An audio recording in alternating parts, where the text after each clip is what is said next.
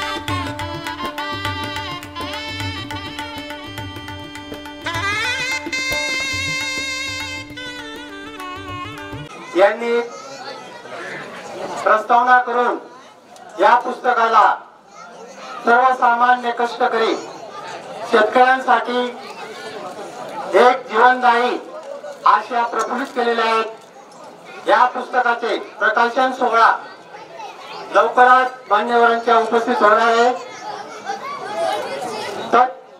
तत्पूर्वी सेवानिवृत्त अधिकारी बाळूरामा गायकवाड, संगीताताई बाळू गायकवाड यांच्या स्टेजवरच्या आगमनानंतर पुढील कार्यक्रमाची सुरुवात करण्यात येणार आहे। तरी सर्व ग्रामस्थ, आलेली सर्व पाहुणे मंडळी, सर्व मान्यवर यांचे गायकवाड परिवारातर्फे सर्वांचे स्वागत स्वागत स्वागत।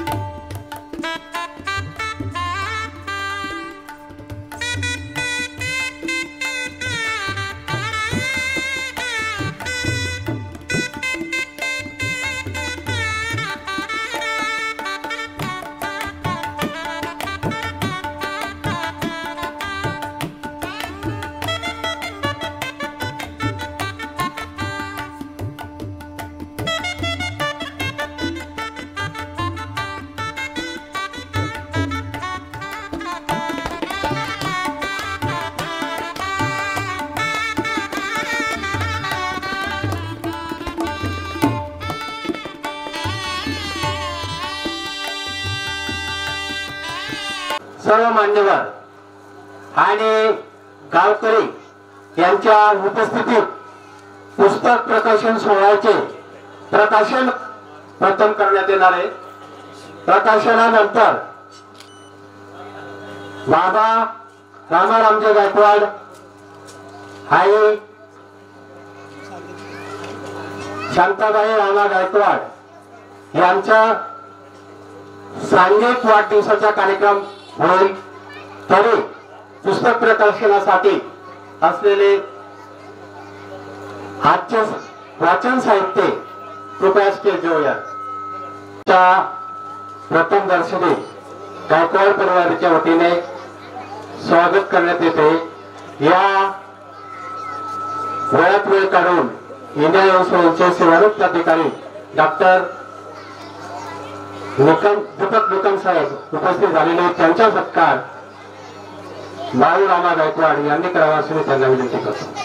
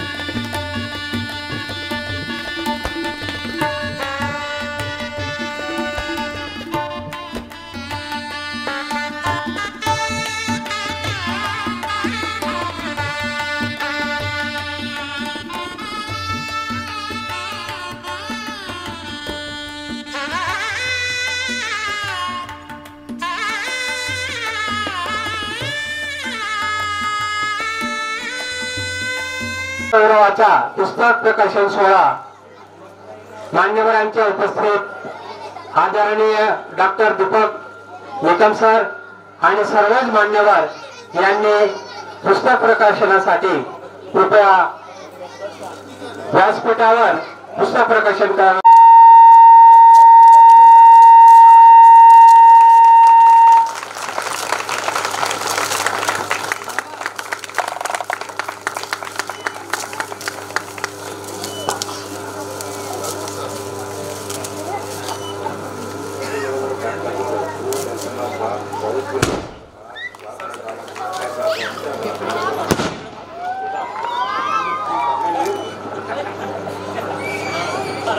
सर समोर रेडी. ठीक है.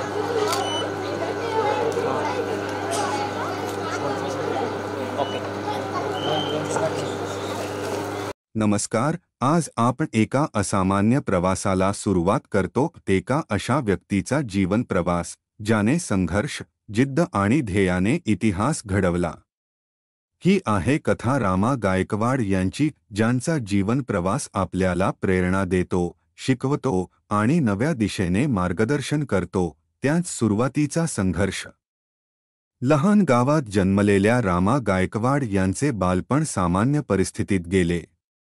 शिक्षणाची ओढ होती, पण परिस्थिती नेहमी आव्हान उभी करायची. तरीही त्यांची जिद्द आणि मेहनत कधीच थांबली नाही. परिस्थितीने त्यांना घडवले, संघर्षांनी त्यांना घडवले आणि स्वप्नांनी त्यांना उचलले. त्याच प्रयत्न आणि कठीण काळ. कधीकधी जीवन आपल्या इच्छेप्रमाणे चालत नाही. अपयश, संकटे आणि कठीण प्रसंग त्या सायांना तोंड देत रामा गायकवाड यांनी पुढे जाण्याचा निर्धार केला. कुटुंबाची जबाबदारी, समाजाची आव्हाने आणि स्वतःवरील विश्वास या तिन्ही गोष्टींनी त्यांना बळ दिले. त्याच महत्त्वाचे टप्पे आणि यशस्वी क्षण. प्रत्येक संघर्षाला एक शेवट असतो आणि त्या शेवटाच्या पुढे यशाची नवी वाट असते. मेहनतीच्या जोरावर त्यांनी विविध क्षेत्रात आपला ठसा उमटवला. त्यांचे कार्य समाजासाठी एक प्रेरणा बनले. अनेक लोकांच्या जीवनात त्यांनी सकारात्मक बदल घडवून आणला. त्याच समाजासाठी योगदान आणि शिकवण. आज रामा गायकवाड यांचे जीवन एक आदर्श आहे. त्यांनी समाजासाठी, शिक्षणासाठी आणि नव्या पिढीसाठी दिलेले योगदान अतुलनीय आहे. त्यांचा संदेश स्पष्ट आहे. स्वतःवर विश्वास ठेवा, कठीण काळात हार मानू नका आणि आपल्या ध्येयासाठी सातत्याने प्रयत्न करा. शेवट. प्रेरणादायी समारोप. ही फक्त कथा नाही, ही एक शिकवण आहे जिथे जिद्द, मेहनत आणि सकारात्मक दृष्टिकोन आपल्या यशाची गुरुकिल्ली ठरते. रामा गायकवाड यांचा जीवन प्रवास आपल्याला सांगतो की कोणतंही स्वप्न मोठं असतं, फक्त त्यासाठी मेहनत घेण्याची तयारी असायला हवी. सर्वांनी या सत्काराचे स्वागत टाळ्या वाजवून करावे असे मी सर्वांना विनंती करतो.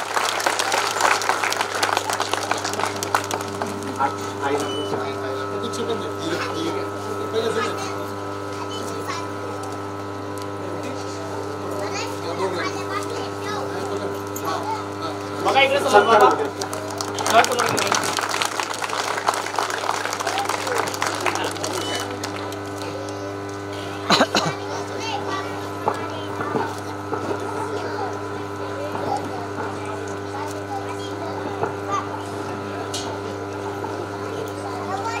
समोर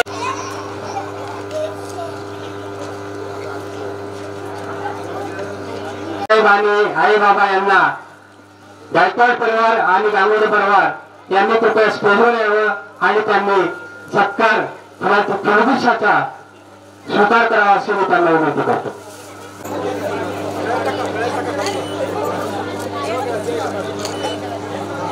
बघा इकडं.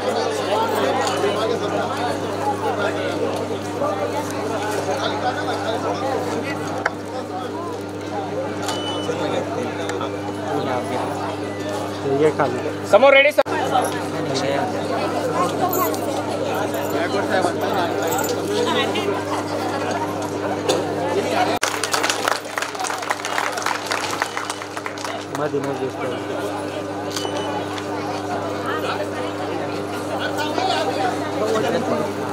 नमस्कार. आजचा हा दिवस खास आहे, एक प्रवास संपण्याचा आणि नव्या अध्यायाची सुरुवात करण्याचा. आज आपण एका अशा व्यक्तीचा गौरव करत आहोत ज्यांनी आपल्या परिश्रमाने, प्रामाणिकपणाने आणि उत्कृष्ट नेतृत्वाने अनेक पिढ्यांना प्रेरित केले आहे. श्री B.I. गायकवाड सर यांनी 1989 साली युनायटेड इंडिया इन्शुरन्स कंपनीमध्ये कार्यरत होण्याचा प्रवास सुरू केला.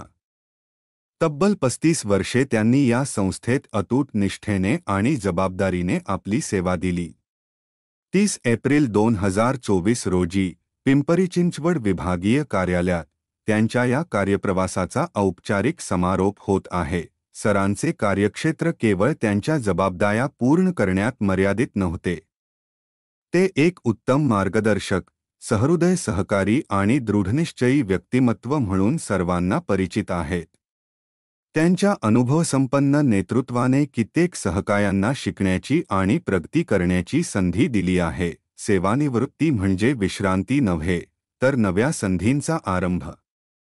आता जीवनाच्या या टप्प्यावर जिथे आपण आपल्या वेळेचा अधिक आनंद घेऊ शकता, कुटुंबासोबत जास्त क्षण घालवू शकता आणि आपले आवडते छंद जोपासू शकता, तो क्षण आला आहे. गायकवाड सर, आपल्या प्रेरणादायी कार्यासाठी, सल्ल्यासाठी आणि दिलेल्या योगदानासाठी आम्ही आपले सदैव ऋणी राहू. आपण पुढील आयुष्यात उत्तम आरोग्य, आनंद आणि समाधान मिळवावे हीच मनःपूर्वक शुभेच्छा. धन्यवाद. सुनामे साहेब यांनी कृपया त्यांच्याबद्दल 2 शब्द बोला. नमस्ते. आज आपण सर्व श्रीयुत गायकवाड यांच्या परिवारातील ज्येष्ठ सदस्य श्री रामा गायकवाड यांच्या जीवनावरील लिहिलेल्या पुस्तक प्रकाशनासाठी सगळे जमा झालेलो आहे. त्याचप्रमाणे माझ्या मोठ्या भावाप्रमाणे असणारे व वडिलाप्रमाणे सतत मार्गदर्शन करणारे श्रीयुत B.R. गायकवाड सर यांचा सेवानिवृत्तीचा सत्कार समारंभ आपण इथे आयोजित केलेला आहे. इथे उपस्थित सर्वांचे गायकवाड परिवारातर्फे सगळ्यांचे स्वागत करतो. हे पुस्तक प्रकाशित करण्यासाठी दीपक गायकवाड, त्यांचे वडील, त्यांचे सासरे यांनी अहोरात्र मेहनत घेतलेली आहे आणि ह्या त्या मेहनतीचं फळ म्हणजे हे आजचे पुस्तक आहे. आणि हे पुस्तक प्रकाशन सोहळ्यासाठी जमा झालेली ही सगळी मित्रमंडळी, नातेवाईक त्यांना शुभेच्छा देण्यासाठी जे जमा झाले त्या सर्वांचं स्वागत. आजचे उत्सवमूर्ती श्री रामा गायकवाड यांचा आणि माझा कसा परिचय हा फार दिवसापासून नाही, परंतु मी आजपर्यंत जेव्हा 3-4 बिल्डरला इथे आलोय तेव्हा त्यांच्यासोबत थोडासा सहवास करण्याचा एक संधी मला मिळाली होती. परंतु जसं आपण म्हणतोय की शीतावरनं भाताची परीक्षा असते, त्याप्रमाणे रामा गायकवाड सर काय असतील याचा जर तुम्हाला अनुभव घ्यायचा असेल तर तुम्हाला बाळू गायकवाड सर जे आमच्या नेहमी संपर्कात असतात, त्यांचं जीवन, त्यांचं केलेले कर्तृत्व आणि अशा म्हणजे छोट्याशा गावातून येऊन सुद्धा युनायटेड इंडिया जी पब्लिक सेक्टर कंपनी आहे अशा कंपनीतून एक सिनियर डिव्हिजनल मॅनेजर म्हणून निवृत्त होणे ही खरोखर एक खूप मोठी कामगिरी आहे. तर मी माझ्यातर्फे, युनायटेड इंडिया परिवारातर्फे आणि इथे उपस्थित सगळ्यांतर्फे बाळू गायकवाड यांना शिवानिवृत्तीच्या शुभेच्छा देतो.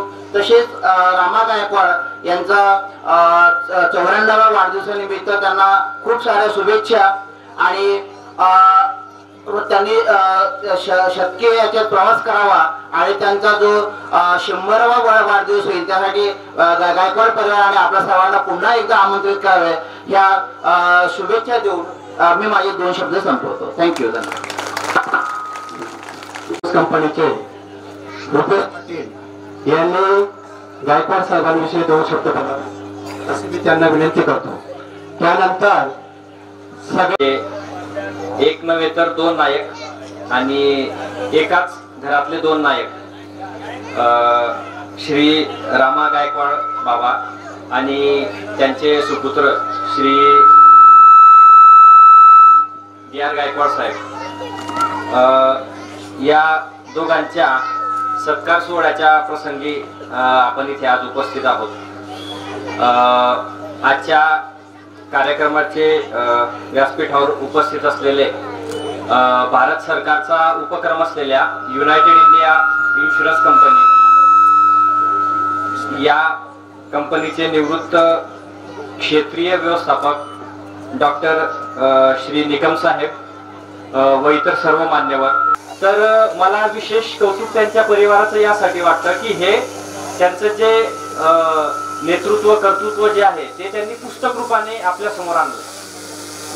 डॉक्युमेंटेशन ही गोष्ट आपल्याकडे इतिहासापासून जरा दुर्लक्षिली गेलेली होती.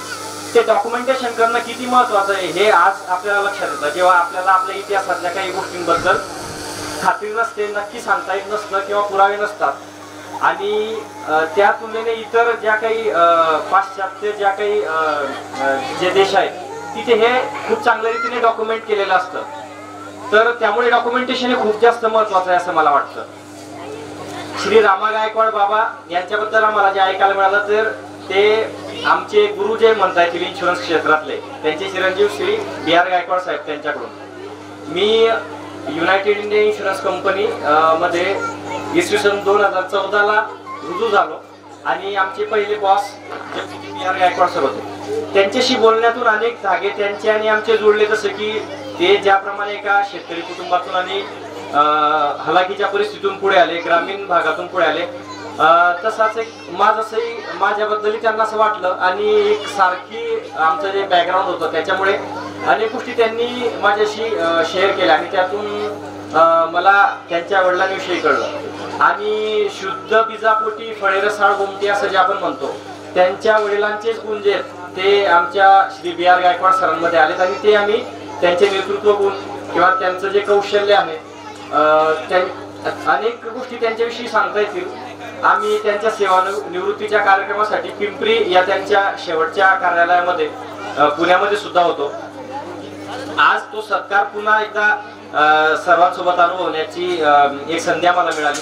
सरांच्या बाबतीत सांगायचं म्हणजे एक सगळ्यात मोठा एक गुण मी त्यांचं सांगेन की बारामतीला मी जनरली आपल्याकडे असं असतं की सरकारी नोकर म्हणजे आपण म्हणतो की ठीक आहे आता यांच्या मनाला पटलं तसं काम करतील किंवा हे 10 ते 5 कसं बसं काम करतात असं आपल्या सर्वांमध्ये एक आपल्या मनात एक त्यांच्याविषयी तयार झालेली इमेज असते. पण असे अनेक लोक आहेत की ज्यांच्यामुळे हा जो सांगाडा आहे सरकारी व्यवस्थेचा तो टिकून आहे. त्यापैकी एक म्हणजे श्री BR गायकवाड सर आहे.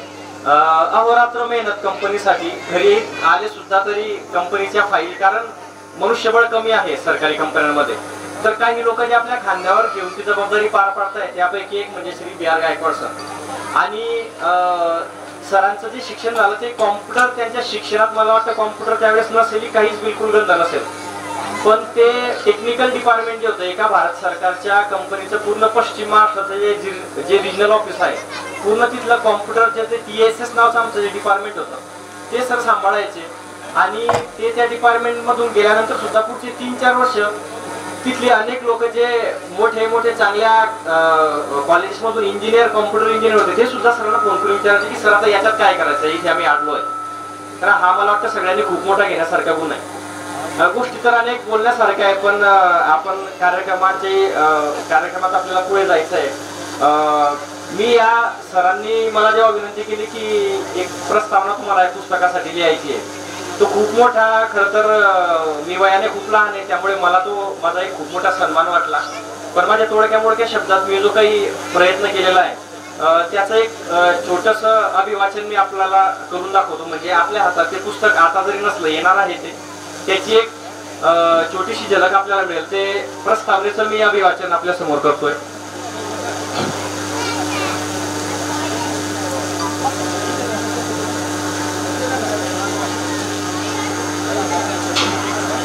हमें न पढ़ाओ रिश्तों की कोई और किताब, पढ़ी है बाप के चेहरे की झुर्रिया हमने, असं मिराज फैजाबादी नावाचा एक शायर म्हणतो. बापाच्या चेहऱ्यावरच्या वाढत गेलेल्या सुरकुत्या त्याच्या लेकलेकींना आणि परिवारातल्या प्रत्येकाला त्या आधारवडाने परिवारासाठी अनेक नाती निभावण्यासाठी काय काय त्याग केलेत याबद्दल साक्ष देत असतात. असाच गायकवाड परिवाराचा मोठा दारवड असलेले श्री रामारामजी गायकवाड यांच्याबद्दल त्यांच्या परिवाराने सादर केलेलं हे चरित्र म्हणजे भावनांनी ओथंबलेलं अत्यंत रसरशीत असं अस्सल लेखन आहे. ज्याप्रमाणे एखादं जुनं वडाचं झाड असतं की ज्याची मुळं खोलवर गेलेली असतात, खोड हे अत्यंत विस्तृत असतं, त्याची पाने, फांद्या, डहाळ्या आसमंताकडे जात राहिली असतात. एवढेच नाही तर अनेक पारंब्या त्याच्या मानेपासून पुन्हा जमिनीकडे जाऊन तिथे पुनश्च रुजलेल्या असतात.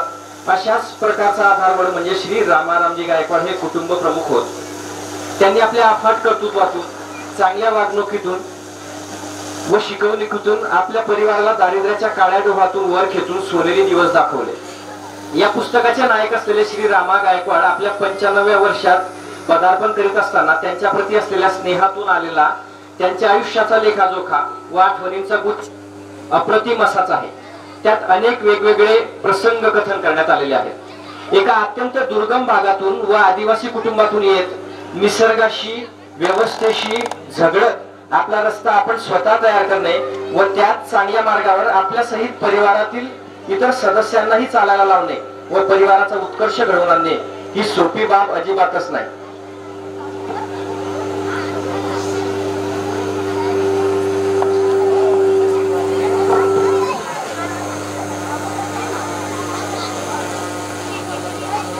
ही सोपी बाब अजिबातच नाही.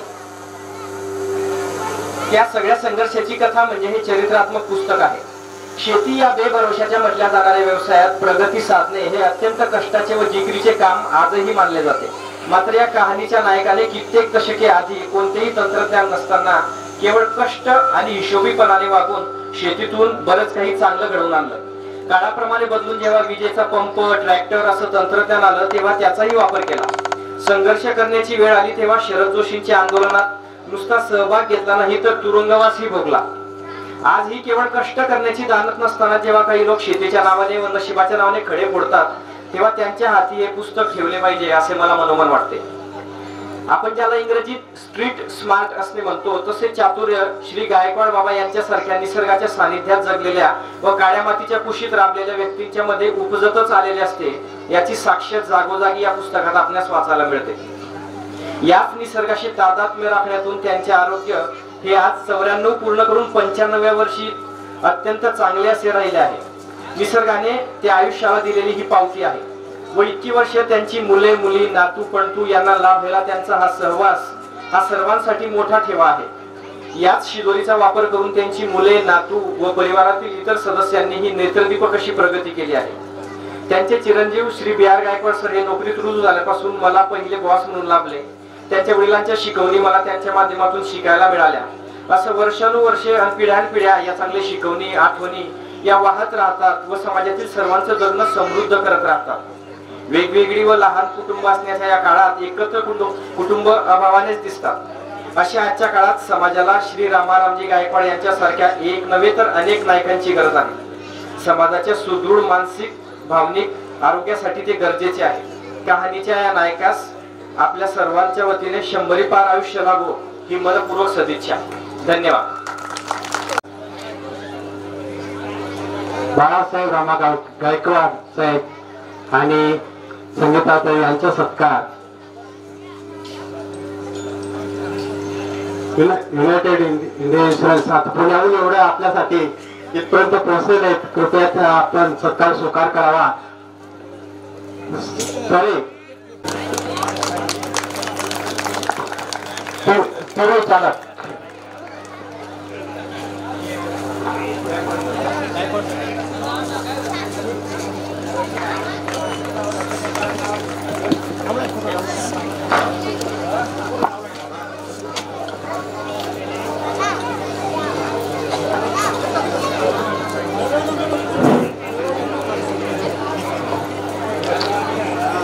आभारी सगळ्यांचं. यानंतर बाबा रामारामजी गायकवाड वाढदिवस साजरा करण्यासाठी सर्व मान्यवरांच्या उपस्थित आणि उपस्थित सर्व पाहुणे मंडळी, गावकरी, मित्रमंडळी यांच्या वतीने केक कापून त्यांचा वाढदिवस साजरा करण्यात येईल.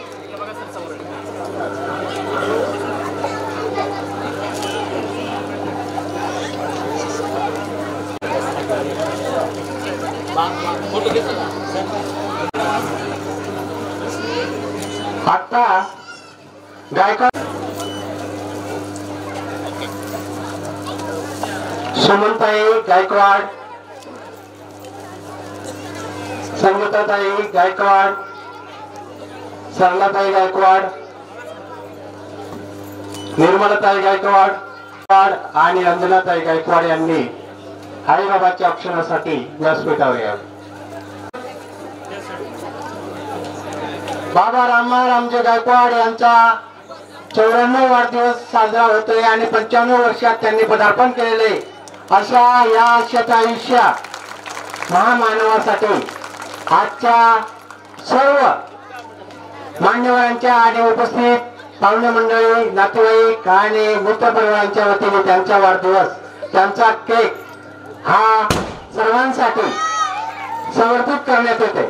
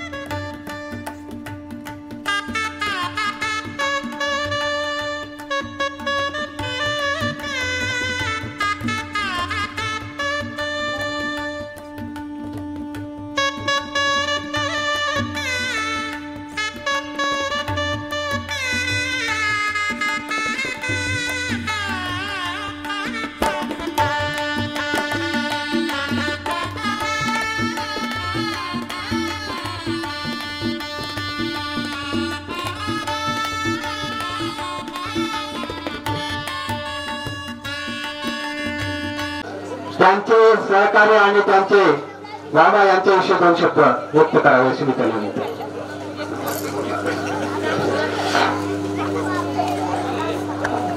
हॅलो, उपस्थित सर्व बिल्डरचे ग्रामस्थ व आमचे दोस्त वर्गमित्र बाळूरामा गायकवाड यांच्यावर प्रेम करणारे सर्व आपले बागलवासी, बिल्डरवासी, मला आज खूप आनंद होतोय. आमच्या दोस्ताच्या वडिलांचा 94 वर्षी त्यांच्या जीवन चरित्रावर पुस्तक प्रकाशित केलं. खरंच मला खूप अभिमान वाटला. तर शुद्ध बीजापोटी फळे रसाळ गोमटी, बाळासाहेब किती भाग्यवान आहेत. अशा आई वडिलांच्या पोटी त्यांनी जन्म घेतला आणि आई वडील खूप भाग्यवान आहेत. बाळासाहेब गायकवाडांनी आई वडिलांचं ऋण कसं फेडावं हे त्यांनी आदर्श घेण्यासारखं आहे. कारण बाळासाहेब गायकवाड आम्ही नाशिकला कॉलेजला बरोबर होतो. त्यावेळेस मी एकदा आलो, 40 वर्षापूर्वी बिल्डर मध्ये आलो. एक साधं झोपडं होतं. एक 4 भाऊ 2 बहीण. बाळू मला वाटतं 2 नंबरचा असावा. त्यांचा मोठा भाऊ शेती करायचा. आणि त्यावेळेस की बाळूची परिस्थिती शिकण्यासारखी नव्हती, पण आई वडिलांची जिद्दी, भावाचं जिद्द, आमच्या भावाने काहीतरी शिकावं. मला असं वाटतं आदिवासी कुटुंबातले त्यावेळेस एक 2-3 आमचे दोस्त हे नाशिकला पंचवटी कॉलेजमध्ये शिकायला आले होते. त्यावेळेस हे विद्यार्थी दशेमध्ये असताना बाळासाहेबला साधी पॅन्ट आणि शर्ट सुद्धा चांगला नव्हता. आमच्या काळामध्ये आम्ही बाळासाहेबांना सैन किंवा हरकचा कपडा घेऊन कपडे शिवले जायचे आणि त्याला तांब्याने इस्त्री मारली जायची. त्यावेळेस ते हॉस्टेलला राहायचे, हाताने स्वयंपाक करायचा. आणि त्यावेळेस आदिवासी भागातील मुलांना शिक्षण काय आहे आणि इंग्लिशमध्ये सायन्सला गेल्यानंतर काय आहे हे शिकणं सुद्धा त्यांना माहित नव्हतं. याच्यामध्ये मला आनंद आहे. आमचे दोस्त कैलास बागुल, बघा मला आनंद झाला, कैलास बागुल स्टेजवर बोलवून घेतलं मी. ते मुंबईचे टाउन प्लॅनिंगचे फार मोठे ऑफिसर होते आणि अशा या बिल्डर गावामध्ये, या भूमीमध्ये इतके सुंदर सुंदर विद्यार्थी, आणि त्यांनी गावाचं सुद्धा ऋण फेडलं, आई वडिलांचंही ऋण फेडलं. तर कैलास बागुल एक गणोऱ्याचा सुभाष बैरम होता आमच्या बरोबर, तो शिक्षक झाला होता आणि तो आज नाही आपल्यामध्ये. त्याच्यानंतर देसराणा इंशीचा जीवन बागुल, तो आश्रमशाळेमध्ये शिक्षक होता. हे त्यावेळेस आमच्या बरोबरचे अजून एक सावळे, अजून या परिसराला एक मुख्याध्यापक आहे, तळ्यामध्ये राहतो, तोही आमचा दोस्त आहे. आणि या सगळ्या दोस्तांनी मला असं खरंच आनंद वाटतो की आपल्या आदिवासी कुटुंबातून आपल्या आईवडिलांचं ऋण, समाजाचं ऋण फेडण्यासाठी जो प्रयत्न केला, हा आदर्श घेण्यासारखा आहे. कारण बाळासाहेब, मला कोणी म्हटलं काय रे तू कुठला आहे, त्याने सांगितलं मी बिल्डरचा आहे, पहिलं नाव मी बाळूचं नाव घेतो, की मला अभिमान वाटतो की माझ्या दोस्ताने कमीत कमी उंची इतकी गाठली. त्याला असं वाटतं की आपण आकाश करीत घ्यावं, पण त्याने आजही त्याचे पाय जमिनीवर आहेत. आपल्या भावांना घेऊन, आपल्या समाजाला घेऊन जे चांगलं कार्य केलं त्याचा आम्हाला साथ आल्याने कार्यक्रम खूप लांबत गेलेला आहे. त्याच्यामुळे मी जरा माझं भाषण शॉर्ट मध्ये घेतो. बाळासाहेब हे पुण्याला सेवानिवृत्त झाले. ते युनायटेड इंडिया इन्शुरन्स कंपनीमध्ये ते सिनियर मॅनेजर होते आणि त्यांचं काम खूप चांगलं केलं.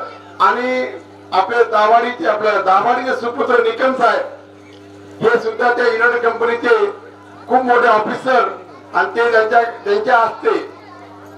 म्हणून मी सांगतो की एक कविता होती,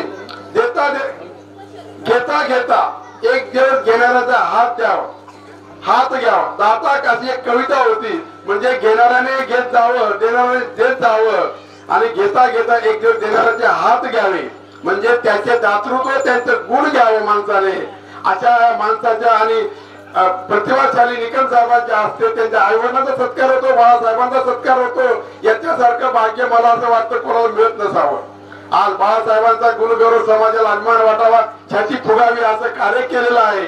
आणि अशा बाळासाहेबांना माझा प्रणाम करतो. आणि माझ्या दोस्ताने अजून मोठं व्हावं, त्याचबरोबर आम्ही त्याच्यावर मोठं व्हावं. आम्हाला छाती फुगून येते की बाळासाहेबांनी केलेलं कार्य खूपच कौतुकास्पद आहे.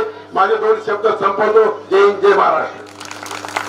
डॉक्टर मनोज विक्रम शिंदे यांनी कृपया रामा गायकवाड, त्यांचे चिरंजीव बाळू VR गायकवाड. तसा गायकवाड कुटुंबाचा संबंध हा माझा डॉक्टर आणि पेशंट या माध्यमातूनच झाला. 2009 साली मी प्रॅक्टिस मध्ये अगदी नवा होतो. तालुक्यात मी डॉक्टर ऑर्थोपेडिक सर्जन सटण्यात आहे असं माहित नव्हतं. त्यावेळी त्यांनी बाबा पडले असताना 2009 15-16 वर्षापूर्वीची गोष्ट, बाबा पडले असताना मांडीतला हाड फ्रॅक्चर होतं व बाबांना उपचारासाठी आणलं. तसा आजही आपला आदिवासी समाज हा डॉक्टरांकडे जाऊन उपचार करून घेत नाही. कालचाच पेशंट आहे, रात्री मी 12 वाजता बघितलेला पेशंट आपल्या जवळच्याच गावाचा आहे, मोरकुऱ्याचा आहे. बाबांना 2-3 फ्रॅक्चर होते, त्यांना ऍडमिट करायला लावलं. ते तयार झाले नाही. बाहेरचे चर्चा ऐकून असं समजलं की ते पाण्यावर जाऊन ते पाटा बांधून घेणार. 2009 साली ज्यावेळी बाबा पडले, माझ्या प्रॅक्टिसला 3-4 वर्ष झालेले होते. त्या काळीही म्हणजे त्यांचं त्यावेळी साधारणतः बाबांचं वय 81-82 असावं. त्यावेळीही बाबांनी मुलांना कुठेही कोणत्या प्रकारे समाजातील लोकांनी जे सांगितलं की पाटा बांधा, हे करा, असं न करता त्यांनी वैद्यकीय उपचार घेतले. कारण वैद्यकीय क्षेत्र तेवढं पुढारलेलं आहे. त्यावेळी केलेले ऑपरेशन आज अशा पद्धतीने सक्सेस झाले की तुम्ही सगळ्यांनी बघितलं. आणि मलाही माझा अभिमान वाटला की बाबा या पहिल्या ते कसलाही आधार न घेता चढून आले. वयाच्या 95व्या वर्षी बाबांनी ज्या पद्धतीने त्यांचे स्वतःच शरीर आरोग्य जपलेलं आहे व त्यावेळी त्यांनी दिलेला जो आधार, आणि मलाही तसं नवीन प्रॅक्टिशनर म्हणून पेशंट कडनं त्या पद्धतीचा रिस्पॉन्स मिळणं आणि आपलं त्या पद्धतीने नाव होणं हे गरजेचं होतं. मी सुरुवातीच्या प्रॅक्टिसमध्ये बाबांचं नाव मी प्रत्येक माझ्या पेशंटला सांगायचो की या वर्षी या वयाच्या पेशंटचं ऑपरेशन केलंय आणि आज बाबा हे काठी विना चालू शकतात. आजही त्यांच्या कुटुंबातले बरेच सदस्य माझे पेशंट आहेत. रिसेंटली त्यांच्या आईंचं पायाचं फ्रॅक्चर होतं, ते अनडायग्नोस्ड होतं, म्हणजे ते स्ट्रेस फ्रॅक्चर या प्रकारातलं होतं. पण त्यांनी कोणत्याही प्रकारचा गावठी उपचार केला नाही. ते हॉस्पिटल येऊन त्यांनी ट्रीटमेंट घेतली. म्हणजे खरंच या समाजाकडनं एक आदर्श घेण्यासारखा आहे की त्यांनी वैद्यकीय क्षेत्र व आपल्या शरीरासाठी खरंच काय आवश्यक आहे यासाठी हॉस्पिटलला येऊन जी ट्रीटमेंट घेतली ही आपला आदिवासी समाज, आपला ग्रामीण भागातला जो समाज आहे त्यांनी या गोष्टीतून खूप काही शिकण्यासारखं आहे. म्हणजे अशिक्षित माणसांकडनंही खूप काही शिकण्यासारखं असतं. त्याचं मूर्तिमंत उदाहरण म्हणजे गायकवाड बाबा. आजही लोक माझ्याकडे परवा दिवशी पेशंट होतं, अगदी चांगल्या घरातलं, सुशिक्षित घरातलं, 2 महिन्यापूर्वी पडले, काहीतरी पाटा बांधला आणि मनगट कंप्लीट फिरलेला होता त्यांचा. आणि नंतर त्यांनी हॉस्पिटलला येऊन डॉक्टरांकडनं अपेक्षा करावी की आम्हाला चांगलं करून द्या. पण या चुकीच्या गोष्टी आहेत. म्हणजे समाज प्रबोधनाचं जर कार्य कोणी केलं असेल तर रामा गायकवाड बाबांनी केलेलं आहे. त्यामुळे नवीन समाजासाठी शिकण्यासाठी एक चांगलं मूर्तिमंत आदर्शवाद कुटुंब, गायकवाड कुटुंब, बाबा म्हणजे मूळ आधारवरच असं असल्यावर तर पूर्ण कुटुंबाची प्रगती होतेच. त्यामुळे मी तर म्हणतो समाजाने एक चांगला आदर्श घ्यावा. बाबांनी लवकरच त्यांचं शतायुष पूर्ण करावे व मला या त्यांच्या वाढदिवसा प्रसंगी व बी आर गायकवाड यांच्या सेवापूर्ती समारंभाचे प्रसंगी बोलण्याची संधी दिली त्याबद्दल मी गायकवाड कुटुंबाचा आभार मानतो. धन्यवाद. परंतु आता अध्यक्षीय भाषण होईल. बाबा रामारामजी गायकवाड आणि आई यांचा जो काही नातेवाईक मंडळी आणि मित्रपरिवार सत्कार करतील त्यावेळी आपापले मनोगत व्यासपीठावर व्यक्त होतीलच. परंतु आता या समारंभाचे समारोपचे अध्यक्ष डॉक्टर निकम साहेब यांनी अध्यक्षीय भाषण करावं अशी मी त्यांना विनंती करतो. तसेच त्यांचे चिरंजीव बी आर गायकवाड साहेब यांचा रिटायरमेंटच्या नुसार आपण सत्कार करतो आहे आणि हा असा अतिशय आनंददायी असा सोहळा आहे. आपण गाथा ऐकतो, तुकारामांची गाथा ऐकतो, पण आजची गाथा ही अतिशय वेगळीच आहे. ही गाथा आहे एका शेतकऱ्याची, एका शेतमजुराची, की एक अद्भुत अशी ही गाथा आहे की आपण असा विश्वास करू शकत नाही. आणि त्यांनी जे बाबांनी आणि आईनी जे जीवन जगलं 94 वर्षाचं, ते अतिशय कृतार्थ असं जीवन जगलेलं आहे असं आपल्याला त्यांच्या जीवनचरित्रातून दिसतं.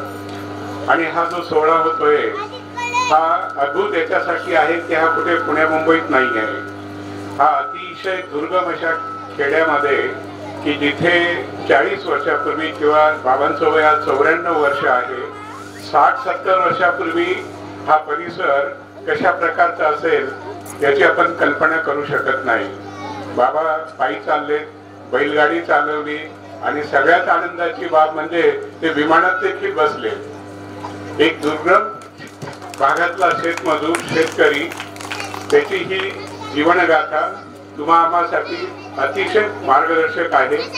कारण मार्गदर्शक अशासाठी की इतक्या ज्याला आपण म्हणतो की म्हणजे अतिशय कष्टाने आणि प्रामाणिकपणाने आणि सगळ्यात महत्वाचं म्हणजे अंधश्रद्धा न बाळगता मगाशी डॉक्टरांनी सांगितल्याप्रमाणे विज्ञानाशी जवळ साधून आपल्या परिवाराची प्रगती करून आणि हा परिवार त्यांनी एका मोठ्या प्रगतीपथावर नेलेला आहे. ही फार मोठी गरुड झेप आहे आणि ही एक सामान्य शेतमजूर करू शकतो ही तुम्हा आम्हासाठी फार अभिमानाची बाब आहे.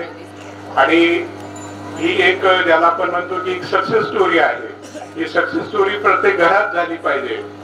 बिदर सारख्या एका ग्रामीण भागातल्या एका खेडेगावात जर होऊ शकते आणि जर एका कुटुंबाची ही प्रगती आहे आणि ही प्रगती एका समाजाची आणि आपल्या देशाची प्रगती एक शेतकरी काय करू शकतो की जे तुम्हा आम्हाला शहरातल्या माणसांना शक्य नाही इतकी ही मोठी गरुड झेप आहे.